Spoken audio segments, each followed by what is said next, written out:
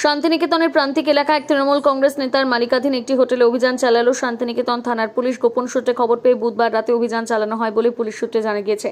অভিযানের সময় ওই হোটেল থেকে মোট 8 জন যুবতীকে আটক করা হয়। পাশাপাশি ওই তৃণমূল নেতার ঘনিষ্ঠ বলে পরিচিত 4 যুবককে আটক করে জিজ্ঞাসাবাদ শুরু করেছে পুলিশ।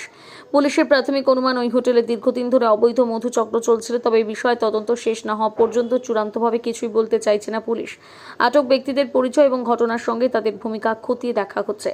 এই ঘটনার খবর ছড়িয়ে পড়তে এলাকায় ব্যাপক চাঞ্চল্যের সৃষ্টি হয়েছে। শান্তিনিকেতনের প্রান্তিক এলাকায় এক তৃণমূল কংগ্রেস নেতার মালিকাধীন একটি হোটেলে অভিযান চালালো শান্তিনিকেতন থানার পুলিশ। গোপন সূত্রে খবর পেয়ে বুধবার রাতে অভিযান চালানো হয় বলে পুলিশ সূত্রে জানা গিয়েছে।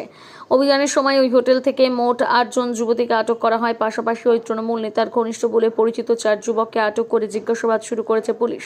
পুলিশের প্রাথমিক অনুমান, ওই হোটেলে দীর্ঘদিন ধরে অবৈধ মধুচক্র চলছিল। তবে এই বিষয়ে তদন্ত শেষ না হওয়া পর্যন্ত চূড়ান্তভাবে কিছুই বলতে চাইছে না পুলিশ। আটক ব্যক্তিদের পরিচয় এবং ঘটনার সঙ্গে তাদের ভূমিকা খতিয়ে দেখা হচ্ছে। এই ঘটনার খবর ছড়িয়ে পড়তে এলাকায় ব্যাপক চাঞ্চল্যের সৃষ্টি হয়েছে।